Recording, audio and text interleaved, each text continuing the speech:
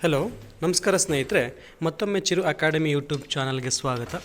ಇವತ್ತು ನಾವು ಬಾಮ್ subject banking operations and management ಅನ್ನೋ ಒಂದು ಸಬ್ಜೆಕ್ಟಲ್ಲಿ ಆಲ್ರೆಡಿ ನಾವು 26 ಸೆಷನ್ಸ್ಗಳನ್ನು ಡಿಸ್ಕಸ್ ಮಾಡಿದ್ವಿ ಪ್ರೀವಿಯಸ್ ಕ್ಲಾಸಸ್ಗಳಲ್ಲಿ. ಆ ಒಂದು ವಿಡಿಯೋಗಳನ್ನು ನೀವು ವಾಚ್ ಮಾಡಿದ್ದೀರಾ ಅಂತ ಅಂದ್ಕೊಂಡಿದ್ದೀನಿ. ಹಾಗಾದರೆ ಕುವೆಂಪು ಯೂನಿವರ್ಸಿಟಿಯಲ್ಲಿ 3rd ಸೆಮಿಸ್ಟರ್ BBA ಮಾಡುವಂತಹ ಮಕ್ಕಳಿಗೆ ಬಾಮ್ ಸಬ್ಜೆಕ್ಟಲ್ಲಿ next session under third chapter ಯಾವುದಪ್ಪ ಅಂತಂದರೆ ಬ್ಯಾಂಕ್ ಅಕೌಂಟ್ಸು. ಅಂದರೆ ಏನು, ಬ್ಯಾಂಕ್ ಫೀಚರ್ಸು ಮತ್ತು objectives, functions, types of accounts ಎಲ್ಲದನ್ನು ಕೂಡ ನಾವು ಡಿಸ್ಕಸ್ ಮಾಡಿದ್ವಿ ಪ್ರೀವಿಯಸ್ ಸೆಷನ್ಸ್ಗಳಲ್ಲಿ. ಹಾಗಾದರೆ ಈಗ ಬ್ಯಾಂಕ್ ಅಕೌಂಟ್ಸ್ ಅಂದರೆ ಬ್ಯಾಂಕಿನ ಖಾತೆ.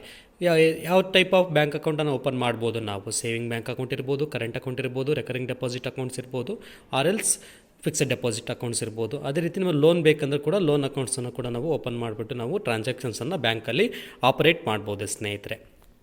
ಹಾಗಾದರೆ ಪ್ರೀವಿಯಸ್ ಸೆಷನ್ಸಲ್ಲಿ ನಾವೇನು ಡಿಸ್ಕಸ್ ಮಾಡಿದ್ದೀವಿ ಅಂತಂದರೆ, previous session we have discussed about procedure and practice of opening bank account. ಒಂದು ಬ್ಯಾಂಕಲ್ಲಿ ನಾವು ಟ್ರಾನ್ಸಾಕ್ಷನ್ ಮಾಡಬೇಕಂದ್ರೆ ನಮಗೆ ಒಂದು ಅಕೌಂಟ್ ಇರಬೇಕಾಗುತ್ತೆ. ಯಾವ ಟೈಪ್ ಆಫ್ ಆದರೂ ಅಕೌಂಟ್ ಆಗಿರ್ಬೋದು, ಸೇವಿಂಗ್ ಬ್ಯಾಂಕ್ ಅಕೌಂಟ್ ಇರ್ಬೋದು, ಕರೆಂಟ್ ಅಕೌಂಟ್, RD ಅಕೌಂಟ್ ಇರ್ಬೋದು, ಫಿಕ್ಸೆಡ್ ಡೆಪಾಸಿಟ್ ಅಕೌಂಟ್ ಇರ್ಬೋದು.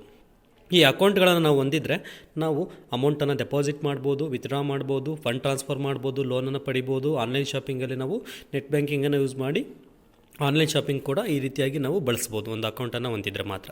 ಹಾಗಾದರೆ ಈ ಅಕೌಂಟ್ಗಳನ್ನು ಓಪನ್ ಮಾಡಬೇಕು ಅಂದರೆ ಏನು procedure? What are the set of procedures to open a bank account? ನಾರ್ಮಲಾಗಿ ಒಂದು ಅಪ್ಲಿಕೇಶನನ್ನು ಕೊಡ್ತಾರೆ, ಅದಕ್ಕೆ ಡಾಕ್ಯುಮೆಂಟ್ಸ್ ಬೇಕಾಗುತ್ತೆ. ಡಾಕ್ಯುಮೆಂಟ್ಸ್ ಫಿಲ್ ಮಾಡಿ ಅಲ್ಲಿ ಯಾರಾದರೂ ಅಕೌಂಟ್ ಹೋಲ್ಡರ್ ಇದ್ದರೆ ಎಕ್ಸಿಸ್ಟಿಂಗ್ ಅಕೌಂಟ್ ಹೋಲ್ಡರ್ಸ್ ಕಡೆಯಿಂದ ರೆಫರೆನ್ಸನ್ನು ಹಾಕಿಸ್ಬೇಕು, ಫೋಟೋ ಬೇಕಾಗುತ್ತೆ, ಮಿನಿಮಮ್ ಬ್ಯಾಲೆನ್ಸ್ ನಾವು ಡೆಪಾಸಿಟ್ ಮಾಡಬೇಕಾಗುತ್ತೆ. ಈ ಎಲ್ಲ ಆ್ಯಕ್ಟಿವಿಟೀಸ್ಗಳು ಬಂದುಬಿಟ್ಟು ಅಕೌಂಟನ್ನು ಓಪನ್ ಮಾಡಬೇಕಾಗುತ್ತೆ. ಈ ಥರ ಒಂದು ಪ್ರೊಸೀಜರ್ ಫಾಲೋ ಮಾಡಿ ಅಕೌಂಟನ್ನು ಓಪನ್ ಮಾಡಿ ನಾವು ಟ್ರಾನ್ಸಾಕ್ಷನ್ಸನ್ನು ಫ್ಯೂಚರಲ್ಲಿ ಮಾಡ್ತಾ ಹೋಗ್ಬೋದು. ಹಾಗಾದರೆ ಈ ಒಂದು ಸೆಷನಲ್ಲಿ ನಾವು 27th ಸೆಷನಲ್ಲಿ ನಾವು concepts of joint account and types of joint accounts ಮತ್ತು ಅಂದರೆ ಏನು, ಟೈಪ್ಸ್ ಆಫ್ ಜಾಯಿಂಟ್ ಅಕೌಂಟ್ಸ್ ಯಾವ ಥರ ಬರುತ್ತೆ. ಜಾಯಿಂಟ್ ಅಂತಂದರೆ 2 or more ಪೀಪಲ್ಸ್ ಸೇರಿಬಿಟ್ಟು ಒಂದು ಖಾತೆಯನ್ನು ಓಪನ್ ಮಾಡ್ತಾರೆ, that is called joint account. ಅದರ ಅರ್ಥ, ಮೀನಿಂಗ್ ಎಲ್ಲದನ್ನು ಕೂಡ ಈ ಒಂದು ಕ್ಲಾಸಲ್ಲಿ, ಈ ಒಂದು ಸೆಷನಲ್ಲಿ ನಾವು ತಿಳ್ಕೊಳ್ತಾ ಹೋಗೋಣ ಸ್ನೇಹಿತರೆ. Joint account is a type of bank account which allows more than one person to own, operate and manage it. A joint account is a simple way to keep track of your and your family finances. With a joint account, all the account holders are allowed to view transactions, carry out transactions, hold a debit card and or pay money. In Indian bank account, savings bank account documents required offers the option to open joint account. It is very easy to open a joint account in Indian bank account. Saving account document required. ಇಲ್ಲಿ ನೀವು ಬ್ಯಾಂಕಲ್ಲಿ ಹೋಗ್ಬಿಟ್ಟು joint account ಬೇಕು ಅಂತಂದರೆ ನೀವು ಈಸಿಯಾಗಿ open ಮಾಡ್ಬೋದು. ಅದಕ್ಕೆ ಒಂದು ಅಕೌಂಟಿಂಗ್ ಫಾರಮನ್ನು ಕೊಡ್ತಾರೆ. ಇಬ್ಬರು ಅಥವಾ ಇಬ್ಬರಿಗಿಂತ ಜಾಸ್ತಿ ಜನ ಸೇರಿಬಿಟ್ಟು ಒಂದು ಅಕೌಂಟನ್ನು ಓಪನ್ ಮಾಡ್ತಾರೆ. ಅದನ್ನು ಆಪರೇಟಿಂಗ್ ಮಾಡೋದು ಕೂಡ ಯಾರಿಗೆ ಅದು ಪವರ್ಸ್ ಇರುತ್ತದೆ ಎಲ್ಲದನ್ನು ಕೂಡ at the time of account opening ಟೈಮಲ್ಲಿ ನೀವು ಡೀಟೇಲ್ಸನ್ನು ಕೊಡಬೇಕಾಗುತ್ತೆ. ಇಬ್ಬರದ್ದು ಕೂಡ ಡಾಕ್ಯುಮೆಂಟ್ಸನ್ನು ಕೊಡಬೇಕಾಗುತ್ತೆ. ಏಜ್ ಪ್ರೂಫ್ ಡಾಕ್ಯುಮೆಂಟ್ಸ್ ಇರ್ಬೋದು ಅಥವಾ ಅಡ್ರೆಸ್ ಪ್ರೂಫ್ ಡಾಕ್ಯುಮೆಂಟ್ಸು, ಇಬ್ಬರು ಫೋಟೋಸು, ಇದೆಲ್ಲದನ್ನು ಕೂಡ ನೀವು ಮಾಹಿತಿಯನ್ನು ನೀಡಿಬಿಟ್ಟು ನೀವು ಅಕೌಂಟನ್ನು ಓಪನ್ ಮಾಡ್ಬೋದು. ಜಾಯಿಂಟ್ ಅಂತಂದರೆ ಇಬ್ಬರು ಸೇರಿಬಿಟ್ಟು ಅಕೌಂಟನ್ನು ಓಪನ್ ಮಾಡ್ಬೋದು, ಅಥವಾ more than 2 members also can open one account, that is called joint account. Types of joint account ಅಂತ ಬಂದರೆ, A joint account can be operated by a sign of all the account holders. If any of the account holders dies, the account cannot be continued further anymore and needs to be closed immediately. For example, joint ಅಂತಂದರೆ ಇಬ್ಬರು ಅಥವಾ ಇಬ್ಬರಿಗಿಂತ ಜಾಸ್ತಿ ಜನ ಸೇರಿ ಆ ಒಂದು ಟ್ರಾನ್ಸಾಕ್ಷನ್ಸನ್ನು ಮಾಡ್ತಾ ಹೋಗ್ತಾರೆ. ಬಟ್ ಇಬ್ಬರಿಗಿಂತ ಈಗ 3 ಜನ ಸೇರಿ ಅಕೌಂಟನ್ನು ಓಪನ್ ಮಾಡಿದ್ದಾರೆ ಜಾಯಿಂಟ್ ಅಕೌಂಟ್ ಅಂತಂದರೆ, ಹಾಗಾದರೆ 3 ಜನ ಅದಕ್ಕೆ ಟ್ರಾನ್ಸಾಕ್ಷನ್ಸ್ ಮಾಡೋದಕ್ಕೆ ಪವರ್ಸ್ ಇರುತ್ತೆ. ಯಾರಾದರೂ ಒಬ್ಬರು ಮಾಡಿಲ್ಲ, ಸೈನ್ ಮಾಡಿಲ್ಲ, ಅಥವಾ ಒಬ್ಬರಿಗೂ ಕೂಡ ಇಂಟ್ರೆಸ್ಟ್ ಇಲ್ಲ ಅಂದರೆ ಆ ಟ್ರಾನ್ಸಾಕ್ಷನ್ ಆಗಲ್ಲ. ಸಪೋಸ್ ಯಾರಾದರೂ ಎಕ್ಸ್ಪೈರ್ಡ್ ಆದರೆ, 3 ಜನದಲ್ಲಿ ಯಾರಾದರೂ ಒಬ್ಬ ವ್ಯಕ್ತಿ ಎಕ್ಸ್ಪೈರ್ಡ್ ಆದರೆ ಅಕೌಂಟ್ ಹೋಲ್ಡರು, ಆವಾಗ ಅಕೌಂಟನ್ನು ಇಮಿಡಿಯೇಟಾಗಿ ಕ್ಲೋಸ್ ಮಾಡಬೇಕಾಗುತ್ತೆ. ಮತ್ತು ಉಳಿದಿರೋಂಥ ಇನ್ನೂ ಇಬ್ಬರು ಸೇರಿ ಮತ್ತೆ ಬೇರೆ ಹೊಸ ಒಂದು ಅಕೌಂಟನ್ನು ಓಪನ್ ಮಾಡ್ಬೋದು. Joint or survivor. The account can be operated by a signs of all the account holders. If any of the account holder dies, the account can be continued and operated further by the surviving account holders. ಇಲ್ಲಿ ನಾವು partnership ಫಾರ್ಮಲ್ಲಿ ನೀವು ನಾರ್ಮಲಾಗಿ ನೋಡ್ಬೋದು, ಇಬ್ಬರು ಅಥವಾ ಇಬ್ಬರಿಗಿಂತ ಜಾಸ್ತಿ ಜನ ಸೇರಿಬಿಟ್ಟು ಒಂದು ಬಿಸ್ನೆಸ್ಸನ್ನು ಮಾಡ್ತಾರೆ, ಒಂದು ಅಕೌಂಟನ್ನು ಓಪನ್ ಮಾಡ್ತಾರೆ, ಜಾಯಿಂಟ್ ಅಕೌಂಟ್ ಅಂತೇಳಿ, ಅಥವಾ joint or survivor. For example, ಯಾರಾದರೂ ಒಬ್ಬರು ತೀರ್ಕೊಂಡ್ರೆ ಪಾರ್ಟ್ನರ್ಶಿಪ್ಪಲ್ಲಿ ಇವನು ಉಳಿದಿರೋಂಥವ್ರು ಅದನ್ನು ಆ್ಯಕ್ಟಿವಿಟೀಸನ್ನು ಕಂಟಿನ್ಯೂ ಮಾಡ್ತಾ ಹೋಗ್ತಾರೆ, ಬ್ಯಾಂಕಿಂಗ್ ಟ್ರಾನ್ಸಾಕ್ಷನ್ಸನ್ನು ಮಾಡ್ತಾ ಹೋಗ್ಬೋದು. ಲೈಕ್ ಅದೇ ಥರ first holder or survivor. Account has to be operated only by the first holder till the time he or she is alive. Other holder or holders can transact only after death of the first holder. ಇಲ್ಲಿ ಇಬ್ಬರು person ಇದ್ದಾರೆ ಅಂತಂದರೆ ಗಂಡ ಹೆಂಡತಿ.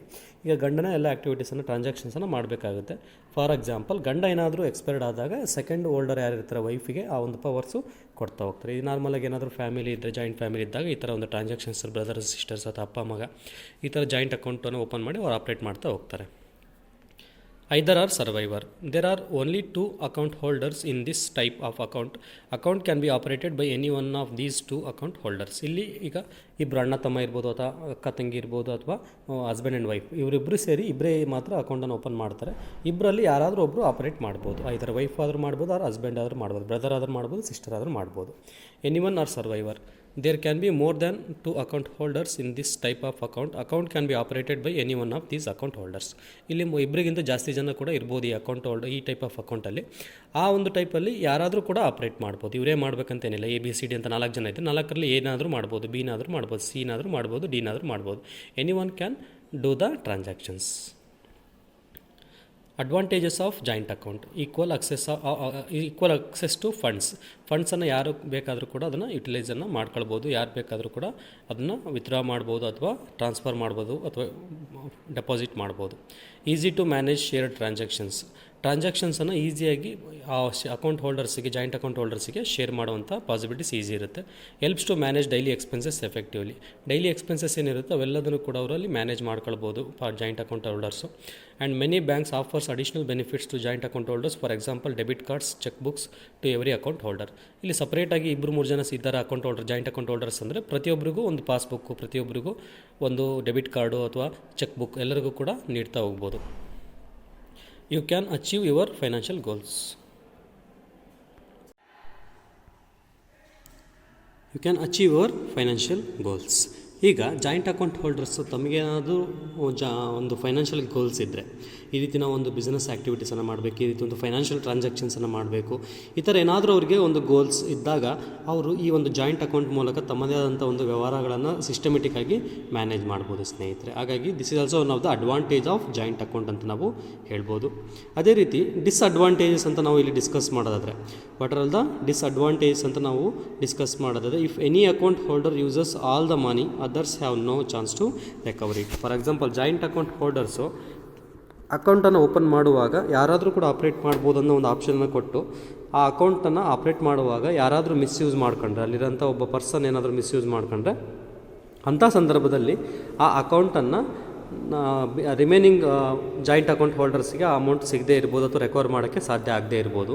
Next disadvantage of joint account is financial condition of one holder as on impact on other holders in joint account. ಇಲ್ಲಿ 2 ಅಥವಾ 3 ಜನ ಸೇರಿಕೊಂಡು ಒಂದು ಅಕೌಂಟಿಂಗ್ ಟ್ರಾನ್ಸಾಕ್ಷನ್ ಅಥವಾ ಫೈನಾನ್ಷಿಯಲ್ ಟ್ರಾನ್ಸಾಕ್ಷನ್ಸನ್ನು ಅಕೌಂಟಲ್ಲಿ ಆಪ್ರೇಟ್ ಮಾಡ್ತಾ ಇರ್ತಾರೆ, ಕ್ಯಾಶ್ ಟ್ರಾನ್ಸಾಕ್ಷನ್ಸನ್ನು. ಅಂಥ ಸಂದರ್ಭದಲ್ಲಿ ಯಾರಾದರೂ ಒಬ್ಬ, ಈಗ ಫಾರ್ ಎಕ್ಸಾಂಪಲ್ ABC ಅಂತ 3 ಜನ ಅಕೌಂಟನ್ನು ಓಪನ್ ಮಾಡಿದ್ದಾರೆ ಅಂತಂದರೆ, ಏನೋ ಫೈನಾನ್ಷಿಯಲ್ ಪೊಸಿಷನ್ ಸರಿ ಇಲ್ಲ, ಒಂದು ಪರ್ಸನಲ್ ಫೈನಾನ್ಷಿಯಲ್ ಪೊಸಿಷನ್ ಸರಿ ಇಲ್ಲ ಅಂದಾಗ ಅವ್ನು ಜಾಯಿಂಟ್ ಅಕೌಂಟಲ್ಲಿರುವಂಥ ಹಣವನ್ನು ತನ್ನ ದುರ್ಬಳಕೆಗೆ ಅಥವಾ ಪರ್ಸನಲ್ ಯೂಸ್ಗೆ ಯೂಸ್ ಮಾಡ್ಕೊಳ್ಳುವಂಥ ಸಾಧ್ಯತೆ ತುಂಬ ಇರುತ್ತೆ. ಈ ಥರ ಆದಾಗ ಈ ಜಾಯಿಂಟ್ ಅಕೌಂಟು ಒಂದು ಡ್ರಾಬ್ಯಾಕ್ ಆಗಿ, ಡಿಸ್ಅಡ್ವಾಂಟೇಜ್ ಆಗಿ ಹೊಂದಿರುತ್ತೆ. Next, chances of confusion and disagreement. ಇಲ್ಲಿ ಸುಮಾರು ಕನ್ಫ್ಯೂಷನ್ಸು ಕ್ರಿಯೇಟ್ ಆಗುವಂಥ ಸಾಧ್ಯತೆ ಇರುತ್ತೆ. ಯಾರಿಗೆ ಬ್ಯಾಂಕರ್ಗೆ, ಯಾರು ಈ ಅಕೌಂಟನ್ನು ಆಪ್ರೇಟ್ ಮಾಡ್ತಿದ್ದಾರೆ, ಯಾರಿಗೆ ಇದು ಪವರ್ಸ್ ಇದೆ, ಎಲ್ಲದೂ ಕೂಡ ಕೆಲವೊಂದು ಸಾರಿ ಒಂದು ಪ್ರಾಬ್ಲಮ್ಸು ಕ್ರಿಯೇಟ್ ಆಗುವಂಥ ಸಾಧ್ಯತೆ ಇರುತ್ತೆ. It is easy to access your money in case of relationship with joint account holders break down. ಇಲ್ಲಿ ರಿಲೇಷನ್ಶಿಪ್ಪನ್ನು ನೀವು ಈಸಿಯಾಗಿ ಕೂಡ ಬ್ರೇಕ್ ಮಾಡ್ಕೊಳ್ಬೋದು. ಯಾಕೆ ಅಂತಂದರೆ, ನೀವು ಅಕೌಂಟನ್ನು ಅಕ್ಸೆಸ್ ಮಾಡ್ಕೊಂಡು ನಿಮ್ಮ ಅಮೌಂಟನ್ನು ಮಿಸ್ಯೂಸ್ ಮಾಡಿದಾಗ ನಿಮ್ಮಲ್ಲಿರೋ ಒಂದು ರಿಲೇಷನ್ಶಿಪ್ ಏನಾಗುತ್ತೆ, ಬ್ರೇಕ್ ಆಗುವಂಥ ಸಾಧ್ಯತೆ ಇರುತ್ತೆ. Next one, if any of the joint account holders has A poor credit rating others May suffer as A result of it. For example, ಈಗ ನಾವು ಲೋನ್ ಬೇಕಂದಾಗ ನಮಗೆ ಸಿಬಿಲನ್ನು ಚೆಕ್ ಮಾಡ್ತಾರೆ, ಬ್ಯಾಂಕಲ್ಲಿ ಸಿಬಿಲ್ ರೇಟನ್ನು ಚೆಕ್ ಮಾಡ್ತಾರೆ. ನಮ್ಮದೇನಾದರೂ ಪೂರ್ ಕಂಡೀಷನ್ಸ್ ಇದ್ದಾಗ ನಮಗೆ ಸಾಲವನ್ನು ನೀಡೋಲ್ಲ, ಅಥವಾ ಸಾಲವನ್ನು ನೀಡಿದರೂ ಕೂಡ ಹೈ ರೇಟ್ ಆಫ್ ಇಂಟ್ರೆಸ್ಟಲ್ಲಿ ನಿಮಗೆ ಸಾಲವನ್ನು ನೀಡ್ತಾರೆ, ಜಾಸ್ತಿ ರೇಟನ್ನು, ಇಂಟ್ರೆಸ್ಟ್ ರೇಟ್ಸನ್ನು ಚಾರ್ಜಸ್ ಮಾಡ್ತಾರೆ. ಈ ಥರ ನೀವು ಜಾಯಿಂಟ್ ಅಕೌಂಟಲ್ಲಿ ಏನಾದರೂ ನಿಮಗೆ ಫೆಸಿಲಿಟೀಸ್ ಬೇಕು ಅಂದಾಗ ಅವ್ರಿಗೇನಾದರೂ ಸಿಬಿಲ್ ರೇಟ್ಸ್ ಅಥವಾ ಅವರ ಒಂದು ಕ್ರೆಡಿಟ್ ರೇಟಿಂಗ್ ಪಾಯಿಂಟ್ಸ್ ಏನಾದರೂ ಕಡಿಮೆ ಇದ್ದಾಗ ಅದರ್ಸಿಗೂ ಕೂಡ ಇದು ಎಫೆಕ್ಟ್ ಆಗುವಂಥ ಸಾಧ್ಯತೆ ಜಾಸ್ತಿ ಇರುತ್ತೆ ಸ್ನೇಹಿತರೆ. ಅದೇ ರೀತಿ documents to be required to joint ಅಕೌಂಟನ್ನು ಓಪನ್ ಮಾಡಬೇಕಂದಾಗ ನೀವು ಇಬ್ಬರು ಅಥವಾ 3 ಜನ ಸೇರ್ಕೊಂಡು ಮಾಡ್ತೀವಿ ಅಂದರೆ ಎಲ್ಲರದ್ದು ಕೂಡ ಅಕೌಂಟ್ ಫಿಲ್ ಮಾಡಬೇಕು. ಮತ್ತು ಕೆಲವೊಂದು ಡಾಕ್ಯುಮೆಂಟ್ಸು, ಪಾಸ್ಪೋರ್ಟ್ ಸೈಜ್ ಫೋಟೋಸ್ ಕೊಡಬೇಕಾಗುತ್ತೆ, proof of identity, PAN card ಇರ್ಬೋದು ಅಥವಾ ಆಧಾರ್ ಕಾರ್ಡ್ ಇರ್ಬೋದು, ವೋಟರ್ ಐ ಡಿ ಇರ್ಬೋದು, ಅಡ್ರೆಸ್ ಪ್ರೂಫ್ ಇರ್ಬೋದು, ರೇಷನ್ ಕಾರ್ಡ್ ಇರ್ಬೋದು, ಏನೇ ಒಂದು ನೀವು ಅಲ್ಲೇನು ಮಾಡಬೇಕಾಗುತ್ತೆ, ಪ್ರೊವೈಡ್ ಮಾಡಬೇಕಾಗುತ್ತೆ. ಅದೇ ರೀತಿ ಒಂದು ನಿಮಗೆ ಸಿಂಪಲ್ ಕ್ವಶನ್ಸನ್ನು ಇಲ್ಲಿ ಕೇಳ್ತೀನಿ. ಒಂದು ಫಿಕ್ಸೆಡ್ ಡೆಪಾಸಿಟ್ ಕ್ಯಾನ್ ಅಂತ ಹೇಳಿದ್ದಾನೆ. ಫಿಕ್ಸೆಡ್ ಡೆಪಾಸಿಟ್ ಕ್ಯಾನ್ ಅಂತ ಕೆಳಗಡೆಗೆ 4 ಆಪ್ಷನ್ಸನ್ನು ಕೊಟ್ಟಿದ್ದಾನೆ. Not be withdrawn before maturity ಪೀರಿಯಡ್ಗಿಂತ ನೀವು ವಿತ್ಡ್ರಾ ಮಾಡೋಕ್ಕೆ ಆಗಲ್ವಾ. ಪೇಡ್ ಓನ್ಲಿ ಆಫ್ಟರ್ ಮೆಚುರಿಟಿ ಮಾತ್ರ ಕೊಡ್ತಾರೆ. ವಿತ್ಡ್ರಾನ್ ಬಿಫೋರ್ ಮೆಚುರಿಟಿ ವಿತ್ಡ್ರಾ ಮಾಡ್ಕೊಳ್ಬೋದು ನೀವು before maturity period. For example 10 ಇಯರ್ಸಿಗೆ ನೀವು FD ಇಟ್ಟಿರ್ತೀರ, ಬಿಫೋರ್ 10 ಇಯರ್ಸ್ ನೀವು ಏನಾದರೂ ವಿತ್ಡ್ರಾ ಮಾಡ್ಬೋದಾ. ಈ ಎಲ್ಲ ಆಪ್ಷನ್ಸು ಕೂಡ ನಮಗೆ ಬ್ಯಾಂಕಲ್ಲಿ FDಯನ್ನು ಇಟ್ಟಾಗ ನಮಗೆ ಅವೈಲೇಬಲ್ ಇರುತ್ತೆ. ಹಾಗಾಗಿ answer will be D, all of the above. And these are the references books I have been referred to prepare this content. Thank you for watching my YouTube channel. Please subscribe and share the video.